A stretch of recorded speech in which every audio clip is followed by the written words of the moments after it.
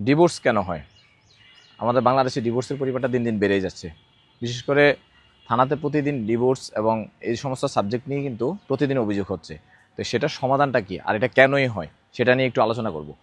ডিভোর্সটার পরিমাণ বেড়ে যাচ্ছে আমাদের সমাজে পারিবারিক বন্ডিংয়ের অভাব।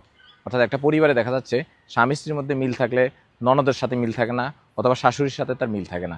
অর্থাৎ ওই পরিবারের ওয়াইফের সবটাই দোষ। কিছু কিছু ক্ষেত্রে দেখা যাচ্ছে ওয়াইফ তার শাশুড়িকে দোষারোপ করতেছে। এই বন্ডিংয়ের অভাব, অর্থাৎ পারিবারিক মিল বন্ধনের অভাবের কারণে ডিভোর্সটা বেড়ে যাচ্ছে। আরেকটা হচ্ছে স্বামীর প্রতি স্ত্রীর বিশ্বাস থাকে না, স্ত্রীর প্রতি স্বামীর বিশ্বাস থাকে না। এটাও কিন্তু একটা এফেক্ট করতেছে। ম্যাক্সিমাম ক্ষেত্রে আমরা দেখতেছি যাতে তাদের সাথে যখন আলোচনা করতেছি এই এই প্রেক্ষাপটগুলোই তারা তুলে আনতেছে। এই কারণে আমাদের ডিভোর্সটা যদি এখন আমাদের সংসার আমাদের দেশ থেকে দূর করতে হয়, সো আমাদের পারিবারিক যে বন্ধনটা, মিলবন্ধনটা, এটা সুদৃঢ় করতে হবে। পারিবারিক যদি মিলবন্ধন সুদৃঢ় না হয় তাহলে এই ডিভোর্সকে ঠেকানো যাবে না।